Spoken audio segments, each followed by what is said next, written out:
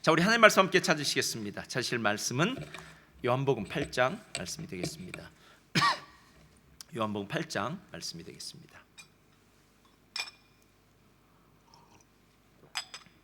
요한복음 8장 3절로부터 우리 11절까지 한 목소리로 봉독해 올리겠습니다. 우리 다 같이 한번 한 목소리로 봉독하겠습니다. 시작. 서기관들과 바리새인들이 음행 중에 잡힌 여자를 끌고 와서 가운데 세우고 예수께 말하되 선생이여 이 여자가 간음하다가 현장에서 잡혔나이다.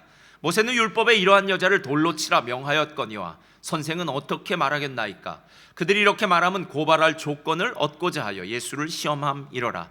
예수께서 몸을 굽히사 손가락으로 땅에 쓰시니 그들이 묻기를 마지 아니하는지라. 이에 일어나 이르시되 너희 중에 죄 없는 자가 먼저 돌로 치라 하시고 다시 몸을 굽혀 손가락으로 땅에 쓰시니 그들이 이 말씀을 듣고 양심의 가책을 느껴 어른으로 시작하여 젊은이까지 하나씩 하나씩 나가고 오직 예수와 그 가운데 섰는 여자만 남았더라. 예수께서 일어나사 여자 외에 아무도 없는 것을 보시고 이르시되 여자여 너를 고발하던 그들이 어디 있느냐. 너를 정죄한 자가 없느냐. 대답하되 주여 없나이다. 예수께서 이르시되 나도 너를 정죄하지 아니하노니 가서 다시는 죄를 범하지 말라 하시니라. 아멘. 할렐루야. 한 2주 동안 저희가 또 온라인으로만 예배를 드렸는데요, 오늘 우리 함께 예배 드려서 정말 감사합니다. 우리 옆에 분들과 인사 나눌까요? 주님의 이름으로 축복합니다. 한 번만 더 하겠습니다. 얼굴을 뵈니까 정말 행복합니다. 감사합니다. 제가 아침 일부 예배 때도 그런 생각이 들었는데요, 마스크를 쓰고 찬양하는 게 정말 힘들더라고요. 그래서 하나님이 나중에 천국에 가면 마스크 쓰고 찬양한 사람들은 가산 점수를 줄 것 같다는 이런 생각이 들더라고요. 그래서 여러분들 하늘에 가면 분명히 더 좋은 상급이 여러분들을 위해서 기다리고 있을 줄 믿습니다. 자, 우리 믿음의 선포 한번 할까요? 믿음의 선포하겠습니다. 믿음은 긍정적입니다. 믿음은 창조적입니다. 믿음은 소망적입니다. 나는 믿음의 사람입니다. 나는 주 안에서 행복합니다. 할렐루야. 여러분, 2022년도 새해를 행하신 하나님은 믿음의 역사를 일으키시는 분이거든요. 마음 가운데 하나님이 행하실 새해를 기대하시고 소망하시기를 주님의 이름으로 축원드립니다.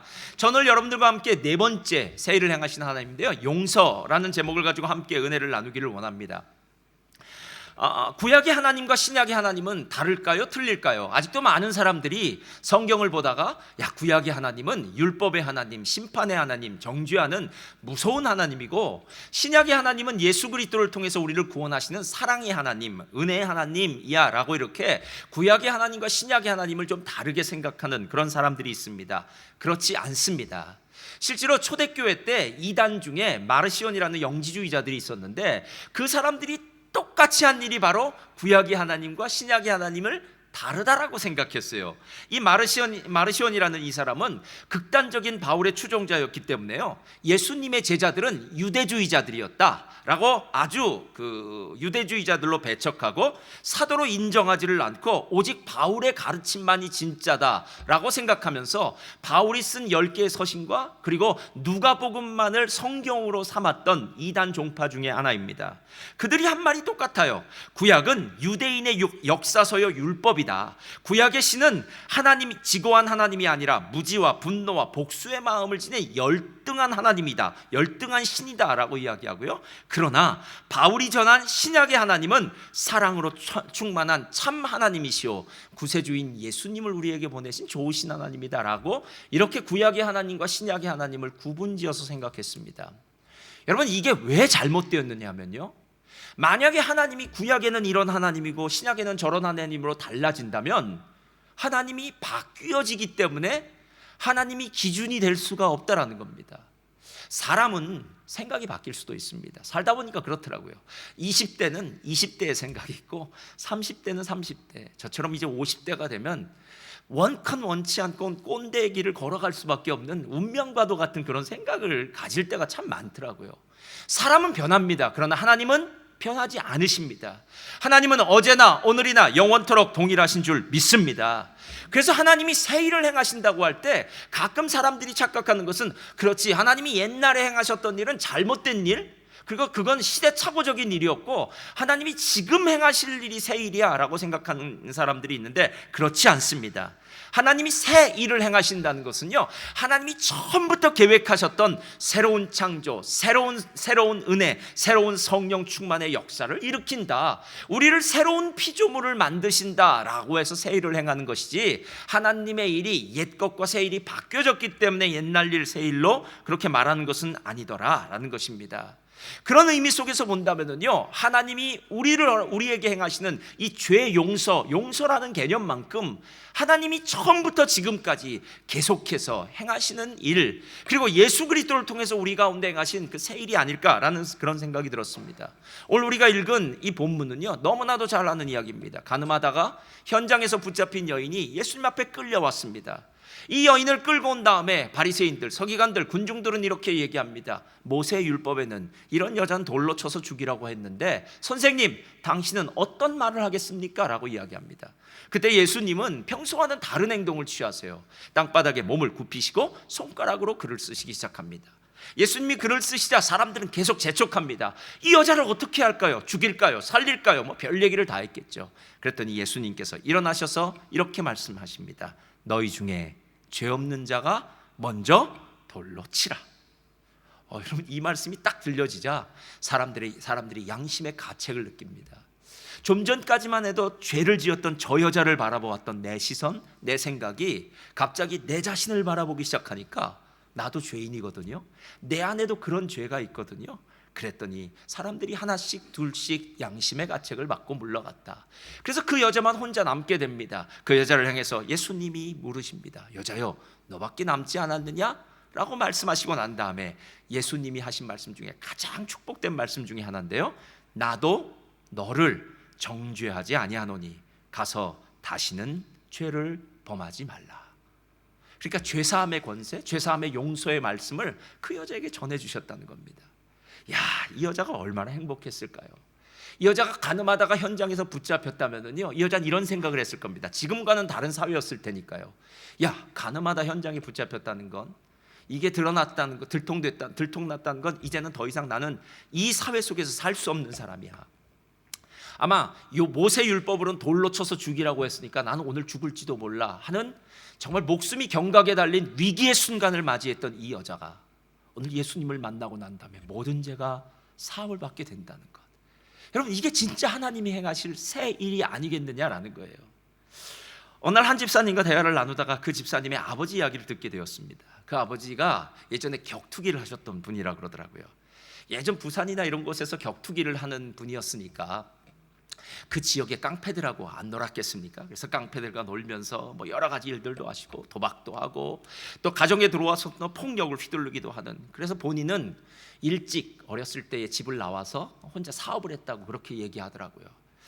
나중에 그 아버지에 대한 이야기를 듣고 그 아버지가 어디서 사는지도 알고 있었는데 그 집사님이 저에게 말한 것은 그 아버지가 어렸을 때 자신에게 했던 그런 일들이 아직도 가슴에 응어리로 남아서 아버지가 잘 용서되지 않는다라고 이렇게 말씀하시더라고요. 여러분, 우리가 살다 보면은 과거의 어떤 상처, 뭐 폭력을 당했던 것이나 아니면 여러 가지 어려운 일들이 우리의 가슴에 응어리로 남거나 상처로 남을 수가 있습니다.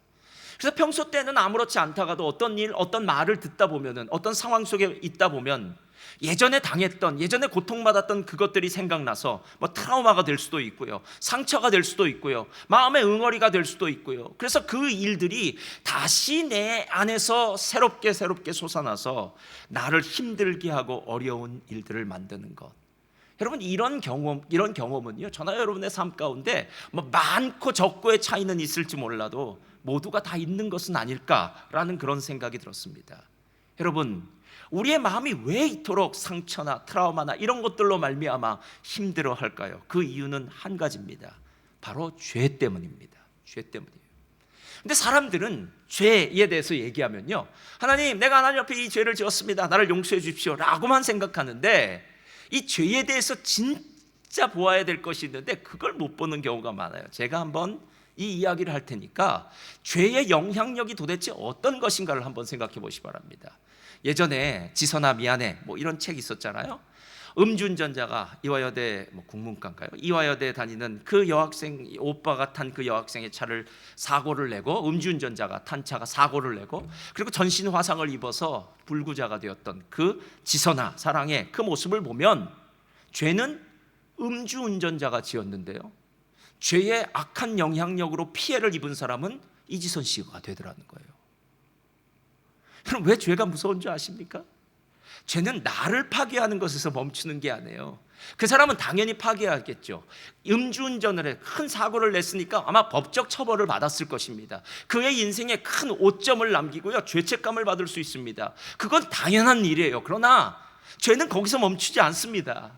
죄는 내가 아니라 내 옆에 사람들을 향해서도 죄의 그 악한 영향력, 피해를 입히기 때문에 죄가 있는 그곳은 모든 사람을 다 파괴시켜 버린다는 거예요.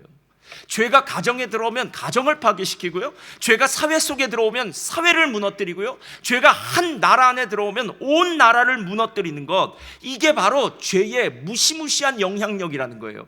사람들이 죄의 이 영향력에 대해서는 별로 생각하지 않습니다. 그러니까 죄를 진짜 죄로 무섭게 생각하지 않는다는 것이죠. 사도 바울이 로마서 5장을 보면 이렇게 이야기합니다. 아마 가장 잘 설명하고 있는 부분 같아요. 로마서 5장 12절. 자, 다 같이 읽겠습니다. 시작. 그러므로 한 사람으로 말미암아 죄가 세상에 들어오고 죄로 말미암아 사망이 들어왔나니 이와 같이 모든 사람이 죄를 지었으므로 사망이 모든 사람에게 이르렀느니라. 잠깐 펴놔 주시고요, 여기 보면은요, 한 사람으로 말미암아 죄가 세상에 들어왔답니다. 여러분, 중국에 가면 만리장성이 있죠. 만리장성은 뭐 만리가 되는지 안 되는지 잘 모르겠지만 정말 길게 성을 축조해 놓았습니다. 그 이유는 북쪽에 살고 있는 흉노족 오랑캐들을 방비하기 위해서, 대비하기 위해서 긴 성을 쌓아 놓은 것이에요. 근데 역사적으로는요, 북쪽에 살던 오랑캐가 한 번도 이 만리장성을 넘어서 중국을 침범한 적이 없다고 합니다. 한 번도 없대요. 성을 넘어서 온 적은요. 다 성문을, 뇌물을 주고 관리한테 뇌물을 주고 성문을 열고 성문을 통해서 들어왔다는 거예요. 그러니까 인간이 아무리 만리장성을 짓는다고 해도 그걸 지키는 사람을 매수해서 돈을 주고 나니까 성문을 활짝활짝 열어주고 그 열린 성문으로 적들이 들어오게 되었다는 겁니다. 여러분, 지금 아담이 이 세상의 한 일 중에 가장 최악의 일은요, 문을 열고 죄로 이 세상에 들어오게 한 거예요. 만약에 아담이 범죄하지 않았다면 이 세상에 죄는 없었을 겁니다. 우리 모든 다 에덴 동산에서 벌거벗고 살고 있었을 겁니다. 그런데 아담이 죄에 대해서 문을 열어주고 죄가 세상에 들어오자 이 세상은 죄가 관영한 세상, 사망이 다스리는 세상이 되었다는 거예요. 근데 문제는 죄는 영향력이 있다고 얘기했잖아요. 그러니까 죄가 가만히 한 사람 안에 머물러 있는 것이 아니라 다른 사람들에게 영향력을 미치게 된 것입니다. 죄로 말미암아 사망이 들어왔나니 이와 같이 모든 사람이 죄를 지었으므로, 그 다음에는 이 죄가 계속해서 영향력을 부려서 그 사람만 죄를 지은 것이 아니라 옆에 사람도 죄를 짓고 옆에 사람도 죄를 짓고 결국 이 땅에 살고 있는 모든 사람들이 죄를 짓고 모든 사람들이 죽게 되었다, 사망하게 되었다는 것이 바로 오늘 우리가 살고 있는 이 세상의 실제입니다. 여러분, 저는 이 부분을 보면서 이런 생각이 들었어요. 아까 처음에 제가 얘기했던 그 집사님의 경우를 본다면, 그 집사님이 그 아버지로부터 폭력적이고 뭐 그런 여러 가지 어려움이 있는 그 아버지로부터 많은 고통을 받고 마음에 용서하지 못하는 그 마음이 있지 않습니까? 그러니까 그 집사님은 그 아버지의 피해자라고 얘기할 수 있죠. 근데 좀 더 곰곰이 생각하면 그 아버지도 누군가에게는 피해를 받았을 거예요. 만약에 죄가 없는 세상이었다면 죄가 없었기 때문에 어느 누구도 나쁜 짓을 하지 않았을 겁니다. 그런데 아담 이후로 태어난 모든 인류는 세대와 세대를 이어가면서 계속해서 죄가 바이러스처럼 퍼져갔다는 거예요. 야, 오미크론 정말 무섭더라고요. 강도가 무서운 게 아니라 확장력이 무서운 거예요. 그렇게 오미크론 안 걸리려고 노력하고 마스크를 쓰고 별짓을 다 했는데도 오미크론이 번져서 결국 오미크론에 감염되는 사람이 정말 많지 않습니까? 강력한 바이러스의 역사가 무언지요, 진짜 알 것 같아요. 진짜 알 것 같아요. 근데 죄가 그랬다는 겁니다. 그러니까 나는 우리 아버지로부터 지금 고통을 받은 피해자야 라고 생각하는데, 잘 생각해보면 우리 아버지도 누군가에게는 피해자가 됐다는 거예요. 결국 이 세상을 살고 있는 모든 사람들은 다른 어떤 사람에 의한 피해를 받았을 거라는 거예요. 그래서 힘들고 어려운 삶을 살지 않았을 거냐는 겁니다. 근데 여러분 그거 아세요? 우리 모두가 피해자이긴 하지만 똑같은 피해자들이 똑같은 가해자가 되고 있다는 거 아세요? 나는 우리 아버지처럼은 살지 않을 거야, 나는 저 사람처럼은 살지 않을 거야 라고 그렇게 이야기해도 나중엔 나도 모르게 나의 삶의 모습이 그토록 따라하기 싫었던, 그토록 내가 닮기 싫었던 그 아빠, 그 엄마, 그 누군가의 삶을 그대로 본받고 있는 모습을 보면요 깜짝깜짝 놀랍니다. 그리고 죄로 인한 피해자이기도 하지만 죄로 인한 가해자가 되는 것이 바로 저와 여러분의 삶의 모습이라는 거예요. 왜 이렇게 세상이 엉망진창이 되었습니까? 라고 묻는다면요, 바로 죄 때문입니다. 죄가 세상에 들어왔기 때문입니다. 죄의 악한 영향력이 저와 여러분을 완전히 망가뜨려 버렸습니다. 파괴시켜 버렸습니다. 그리고 저와 여러분도 그 파괴시키는 일에 일조하기 시작했습니다. 그래서 여러분, 비무장지대를 가면요 그렇게 자연이 잘 보존되었다고 그러더라고요.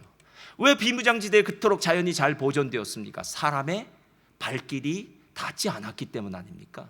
사람이 그곳에 가지 않았기 때문 아닙니까? 사람이 없는 곳에선 자연도 살아나더라고요. 그러나 죄인인 저와 여러분이 가는 그곳에는 죄인된 저와 여러분으로 말미암아서 그곳이 더럽혀지고 무너지고 파괴되는 경우가 얼마나 많이 일어났냐라는 겁니다.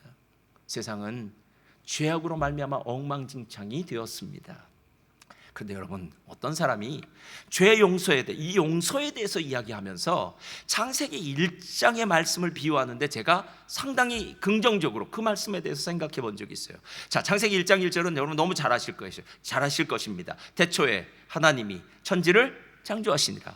자, 이 말을 하고 난 다음에 우리가 기대하는 것은요, 그래, 이제 하나님이 천지를 창조하신다니까 이제 새롭고 놀라운 세상이 창조될 거야 라고 생각하는데, 놀랍게도 창세기 1장 2절은 이렇게 중간에 이상한 말이 끼어 있어요. 창세기 1장 2절 다 같이 읽겠습니다. 시작. 그 땅이 혼돈하고 공허하며 흑암이 깊음 중에 있고 하나님의 영은 수면 위에 운행하시니라. 자, 여기 세 가지 아주 중요한 단어가 등장해요. 하나는 혼돈이고요, 또 하나는 공허이고요, 하나는 흑암이에요. 여러분, 실제로 혼돈과 공허와 흑암은요, 나중에 아담으로 말미암아 죄가 이 세상에 들어왔을 때 이 세상에 벌어진 일이 바로 이 일들입니다. 바벨탑의 사건이 이런 일 아닙니까? 아브라함의 사건이 이런 일 아닙니까? 성경의 모든 역사가 흘러가면서 혼돈과 흑암과 그리고 공허함의 역사. 그래서 전도자가 뭐라고 이야기하고 있습니까? 헛되고 헛되니 헛되고 헛되다. 세상에 사는 모든 일이 바람을 잡는 것처럼 헛되구나 라고 이야기할 정도로 이 공허하다는 이 마음을 떨쳐버릴 수가 없고요, 혼돈하다는 것은요, 모든 것이 엉망진창 뒤죽박죽이 되어버렸습니다.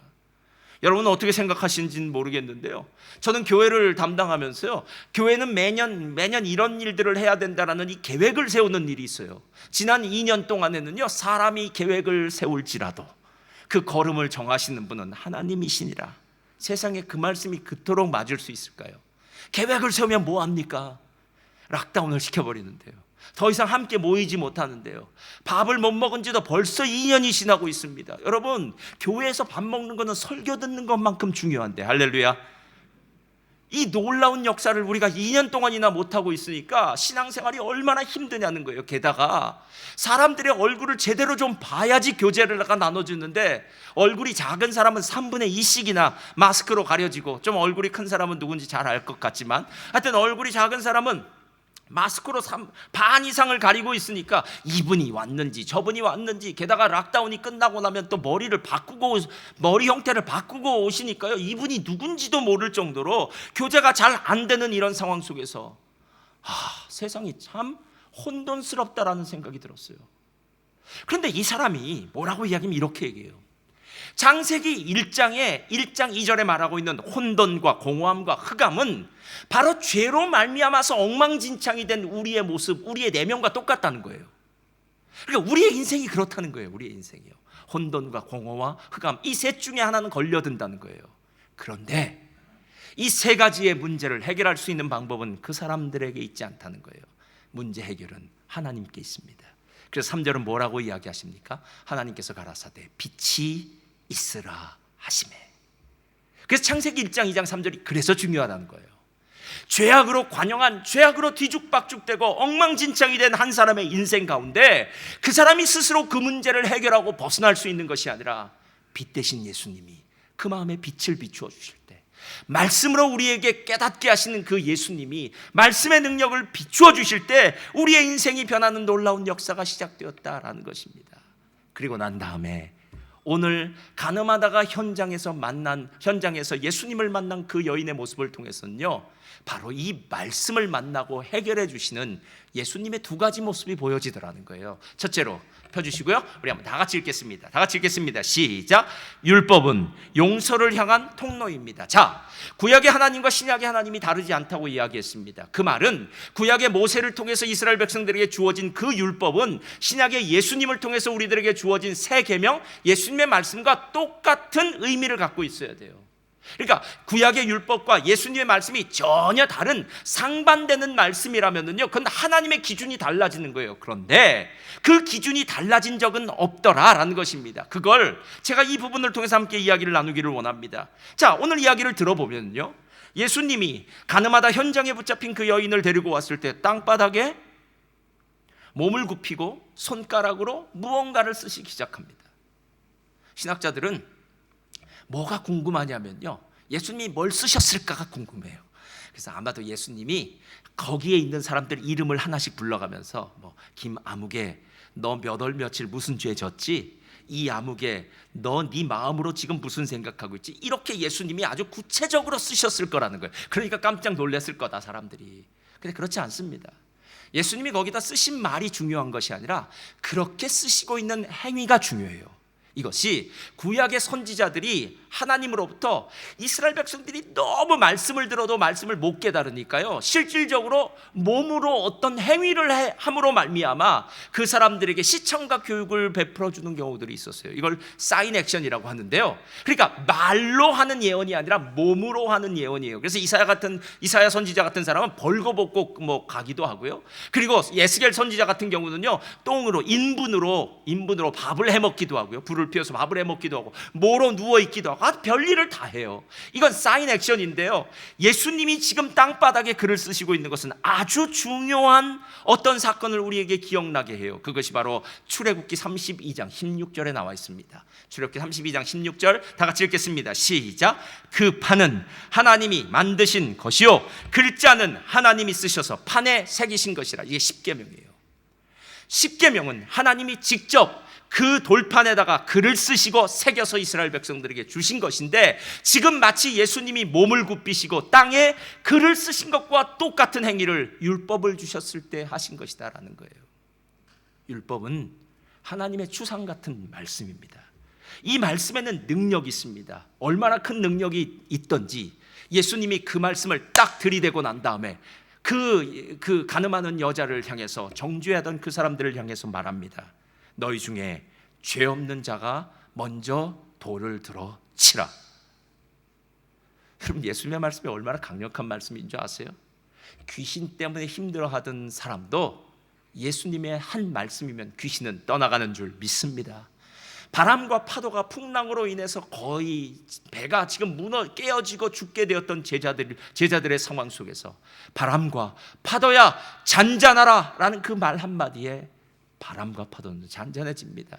죽은 지 나흘이나 되는 썩은 냄새가 나는 나사로가 무덤 속에 있어도 나사로야 나오라 하는 그 한마디에 죽은 나사로가 살아나오는 놀라운 역사가 있는 말씀이 예수님의 말씀이에요.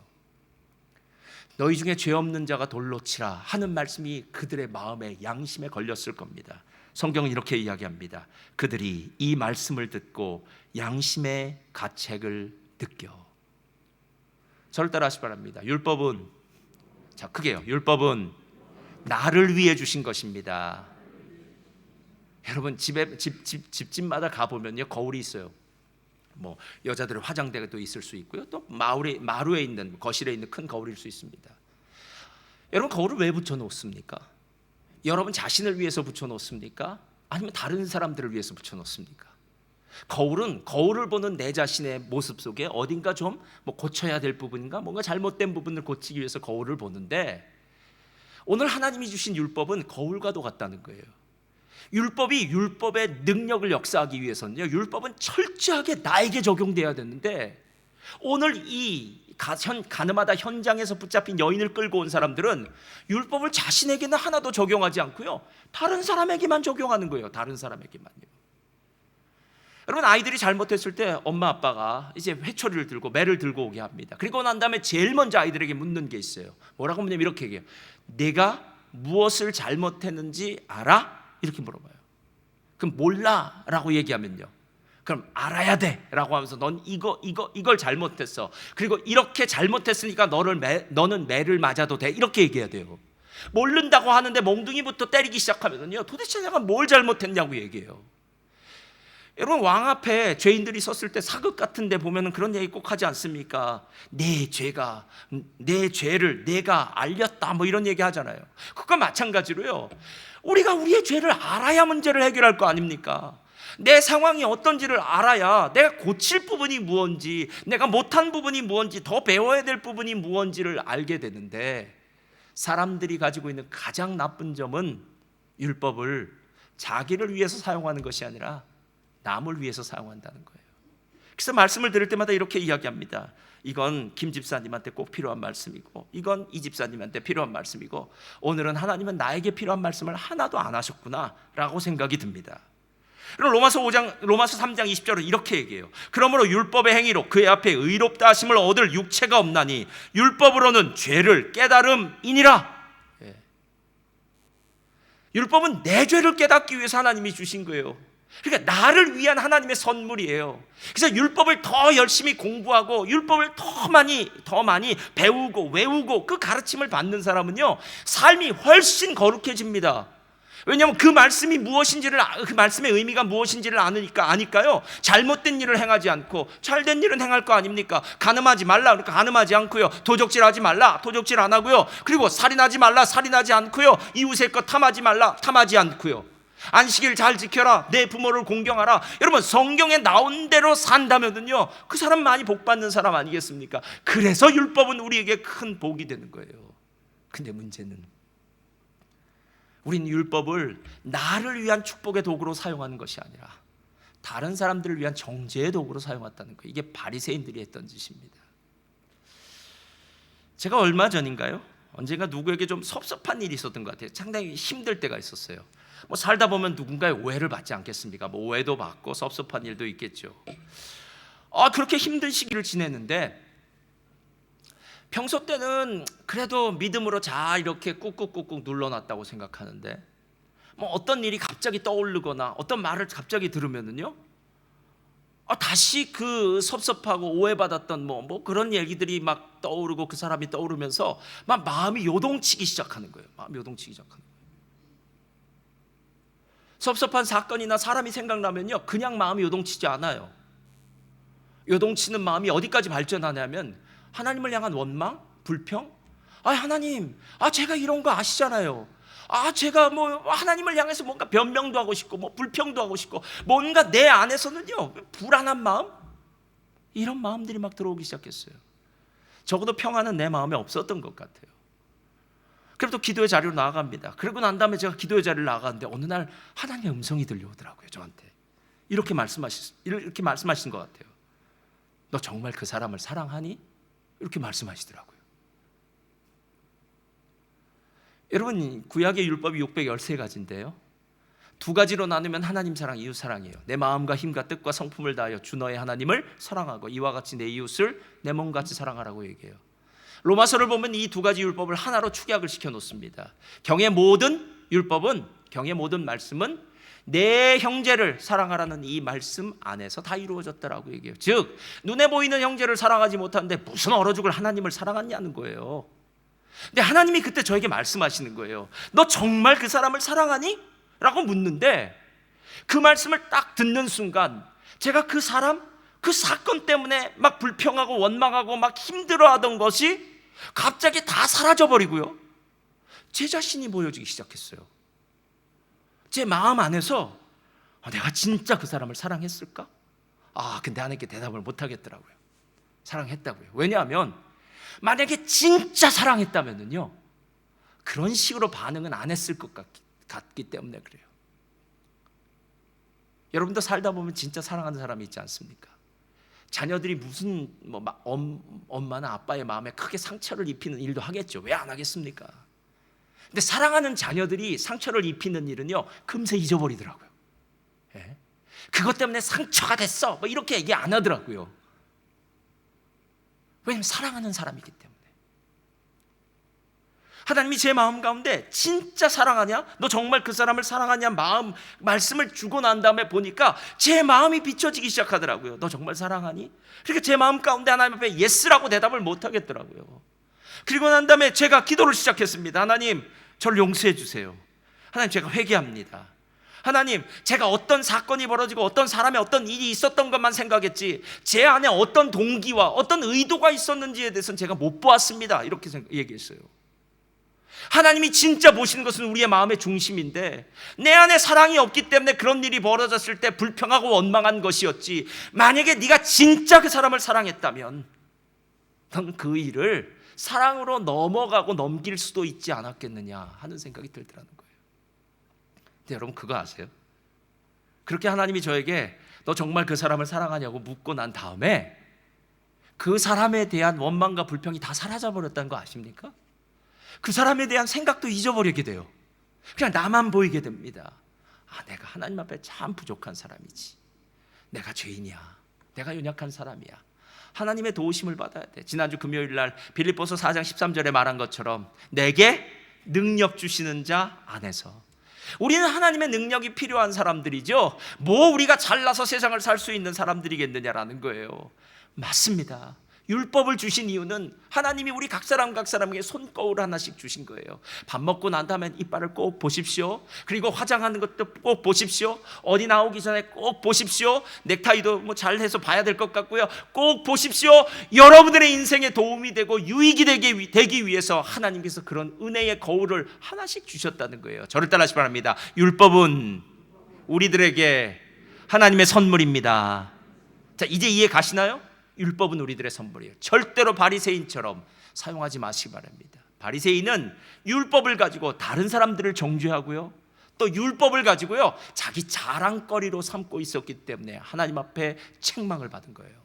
율법은 철저하게 나를 비추는 거울이에요. 그런데 여기서 끝난다면 완전한 용서를 받은 게 아니에요. 여러분, 한 가지 이야기가 더 있어요. 2번 다 같이 읽겠습니다. 두 번째로요, 다 같이 읽겠습니다. 시작. 예수님의 복음은 용서를 완성하세요. 자, 율법에서 그치면 안 됩니다. 예수님의 복음은 율법을 완성하세요. 오늘 자신은 죄인이라고 생각하지 않고 그 여자를 질질 끌고 왔던 그 많은 사람들은 모두 율법의 사람들이었어요. 그래서 그들이 하나님의 율법의 말씀을 들을 때, 예수님의 말씀을 들을 때 양심의 가책을 받고 그들은 다 떠나갑니다.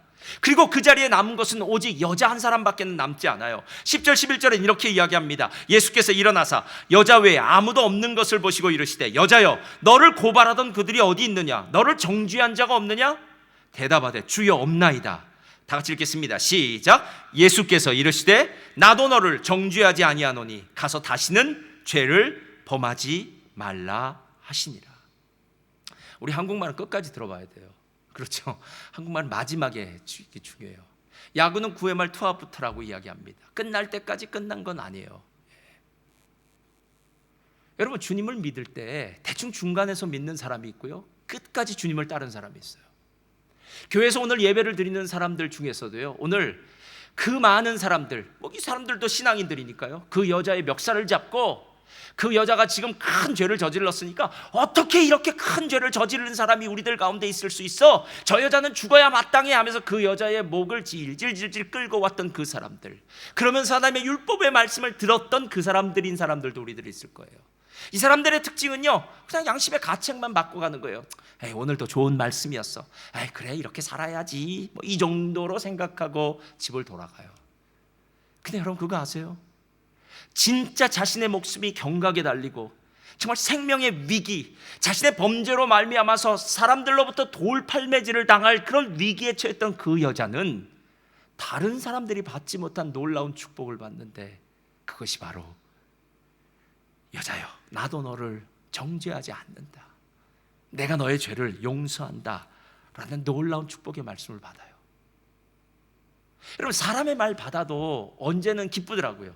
누군가가 집사님, 제가 집사님 때문에 우리 교회를 다니는 거야. 집사님이 우리 셀리더라서 너무너무 행복해. 나는 집사님과 함께 이렇게 신앙생활해서 너무 좋아. 뭐 여러 가지 사람의 이야기 들을 수 있어요. 그러나 여러분, 진짜 우리의 인생에서 들어야 될 말은 예수님 말씀이란 거 아세요? 하나님의 파이널 워드요. 그런데 제가 보니까 이 여자가 지금 들은 나도 너를 정죄하지 아니하노니 다시는 가서 범죄하지 말라는 이 이야기는 예수님이 지상에서 마지막 했던 그 말씀의 전초전이었어요. 요한복음 19장 30절을 보면 이렇게 얘기합니다. 예수께서 신포도주를 받으신 후에 이르시되 다 이루었다 하시고 머리를 숙이니 영혼이 떠나가시니라.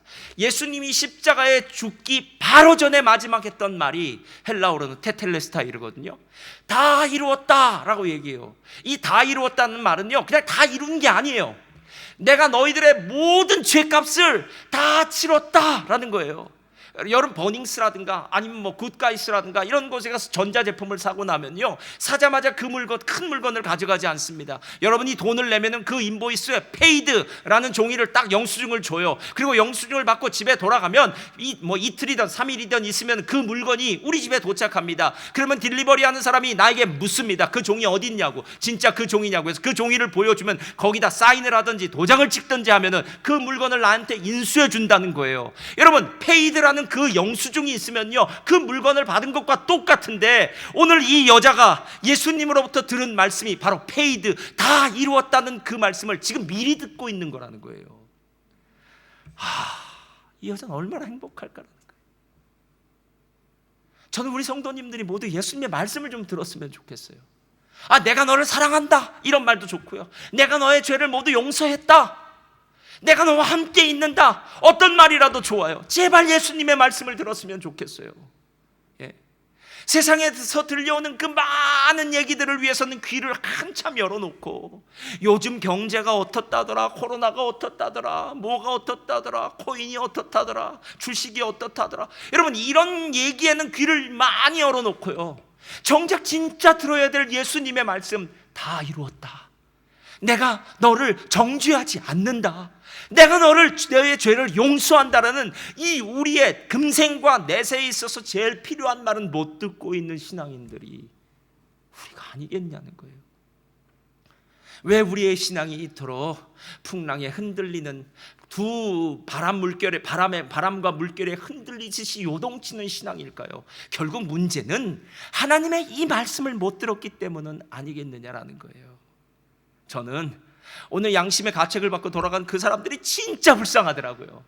만약에 그 사람들이 조금만 더 기다렸으면 돼요. 양심의 가책을 받았을 때 그 자리를 피하지 말고 조금만 멈춰 있었으면 돼요. 왜냐?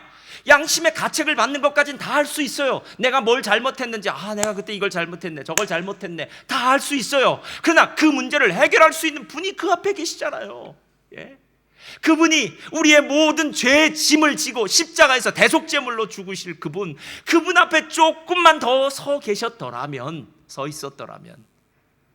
내가 너의 죄들을 용서한다 라는 얘기를 들었을 거고요. 아니, 가늠하다 현장에서 붙잡힌 여자의 죄도 용서하는데 그 여자의 죄에 비해서는 나는 정말 라이트한 죄 같은데 내 죄도 당연히 예수님께서 용서하시겠지?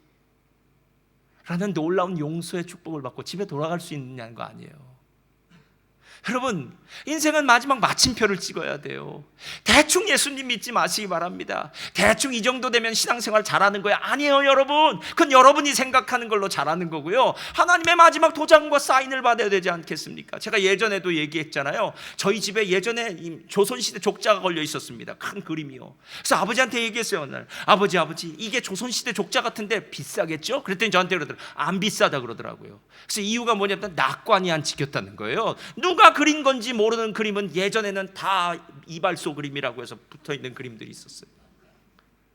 누가 그린지 모르는 그림은 값도 안 쳐줘요. 여러분, 신앙도 마찬가지입니다. 많은 사람들이 예수님 앞에 있었지만 중간에 다 양심의 가책을 받고 돌아가 버려요. 대충 이 정도면 되겠지, 신앙생활 이 정도면 괜찮아 라고 생각하고 돌아간 사람이 있는가 하면 아니야. 오늘 예수님이 내 죄를 사해 주셨어. 나는 이제 고생 끝, 행복 시작, 죄로 말미암아 사망 끝, 생명 시작. 할렐루야. 이 놀라운 고백이 그 여자의 삶에 있더라는 거예요. 제가 죄의 용서에 대해서 비유를 어떻게 하면 좋을까 생각하다가 이런 생각이 났어요. 여기 있는 많은 분들은 거의 비슷한 상황이 있을 테니까요.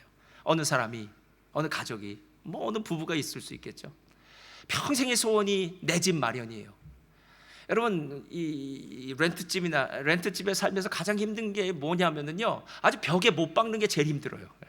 왜냐하면 나중에 그거 하려면 또 벽에 못 박는 것도 다시 이러면 힘드니까 아예 벽에 못 안 박고 살아요, 렌트집에서. 그러다가 내 집이 마련되면 아무데나 그냥 꽝꽝꽝꽝 대못을 다 받고 다 붙여버리고 막 이러고 싶어해요. 그렇게 해서 꿈에도 그리던 그 집, 내 집을 얻었습니다. 은행 모기지를 얻고요. 그런데 조금 시간이 지나고 난 다음에 어찌 된 일인지 내가 실직을 하게 되었습니다. 그래서 은행 모기지를 은행 융자를 갚지 못하는 상황이 됐어요. 한 달이 지나고, 두 달이 지나고, 세 달이 지나니까 은행에서 경고장이 날라옵니다. 당신 만약에 이 돈을 갚지 않으면 이 집 이제 경매에 붙이겠다, 어떻게 하겠다라는 뭔가 안절부절 못합니다. 내가 이 집을 얼마나 아끼고 안타깝게 생각하는데 어디 가서 돈도 빌릴 수 없고 나의 상황은 정말 힘들고 어려운 거예요. 근데 갑자기 전화 한 통이 딱 걸려오는 거예요. 옛날 고등학교 친구가 될 수도 있겠죠. 옛날 친구가 전화 온 거예요. 아무개야, 너 잘 지내니? 내가 실은 누구를 통해서 들었는데 너 요즘 융자금 때문에 힘들다며? 걱정하지 마. 내가 너 몇 달 밀린 돈 내가 다 한꺼번에 갚아줄게. 그리고 내가 한꺼번에 집값은 다 대줄 수 없으니까 너의 모기지, 그러니까 융자금 이자 갚는 거 내 통장으로 자동 이체시킬 테니까 너 걱정하지 마라. 그러니까 언제든지 일자리 잡고 나중에 돈 있을 때까지 걱정하지 마라. 내가 충분히 그 정도의 돈은 벌어놨으니까 야 친구야, 친구 좋다는 게 뭐니? 걱정하지 마 라고 전화가 왔다면 여러분이 제일 먼저 할 일이 뭔지 아십니까? 손을 드세요. 손을 드세요. 얼굴을 꼬집어야 됩니다. 꼬집어서 세게, 김대근 집사님 세게 꼬집어야 돼요. 그 다음에 뭐라고 하죠? 이게 꿈이냐 생시냐 그러죠. 그래서 아야 하고 난 무슨 생각을 할까요? 이야, 내가 참 지지리도 복도 있다. 내가 그때 그 친구와 만나길 진짜 잘했어. 예. 요한복음 15장 15절 말씀입니다.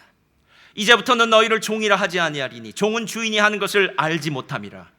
너희를 친구라 하였노니 내가 내 아버지께 들은 것을 다 너희에게 알게 하였습니다. 야, 예수님이 우리에게 오셔서요, 하나님이 처음부터 갖고 계셨던 그 마음, 우리의 죄를 용서해 주고 싶었던 그 마음을 우리에게 말씀해 주셨다는 거예요. 하나님이 직접 말씀하시지 못했던 가슴에 품고 있던 그 말씀을 예수님이 오셔서 직접 말해준 거예요. 너희 죄가 다 사함을 받았어. 나도 너를 정죄치 아니하노니 가서 다시는 범죄하지 마. 여러분, 예수님이 이 땅에 오신 게 얼마나 감사한 일입니까? 그리고 그 예수님을 믿게 된 것이 얼마나 감사한 일이겠느냐라는 거예요. 세상은 혼돈과, 찬양팀 나와주시고요, 혼돈과 공허함과 흑암 가운데 있어요. 지금까지도 그랬고요, 앞으로도 그럴 겁니다. 근데 그 문제를 해결할 수 있는 분은 오직 예수 그리스도밖에 없어요. 빛 대신 예수님이 나의 삶에 빛을 비추어 주실 때 내 문제는 내 문제가 아니더라고요. 여러분, 어떤 분이 자녀들의 문제 여러 가지 어렵다고 막 이게 불평을 하는데 갑자기 병원을 한번 갔다 오면서 의사가 이렇게 얘기했대요. 조직 검사를 좀 해봐야 되겠는데요? 라고 이렇게 얘기했대요. 근데 그 조직 검사 해보자는 말을 듣는 순간 애 문제는 문제가 아니더라요. 여러분, 율법이 우리에게 진짜 들려지면요, 우리 주변에 있는 문제는 아무 문제가 아니에요. 율법이 내게 들려지면 내 죄의 문제가 드러나요. 그리고 이 죄를 붙들고는 천국에 갈 수 없어요. 이 죄를 붙들고는 하나님 앞에 설 수가 없어요. 그래서 눈물 흘리면서 회개 기도하고 죄의 문제를 고백하는 겁니다. 그리고 난 다음에 내 안에 평화가 찾아와요. 내 안에 평화가 찾아오면 지금까지 나를 힘들게 했던 주변의 모든 문제는 다 내 안에 선한 영향력 때문에 아무것도 아닌 문제가 되더라는 거예요. 사랑하는 성도님들, 주님은 죄 용서를 위해서 이 땅에 오셨어요. 저와 여러분의 모든 죄를 다 용서해 주시는 좋으신 하나님이신 줄 믿습니다. 두려움과 열등감과 상처와 어떤 것들이더라도 예수님 앞에서 해결될 수 있습니다. 정말 예수님의 빛을 붙드시기를 주님의 이름으로 축원드립니다.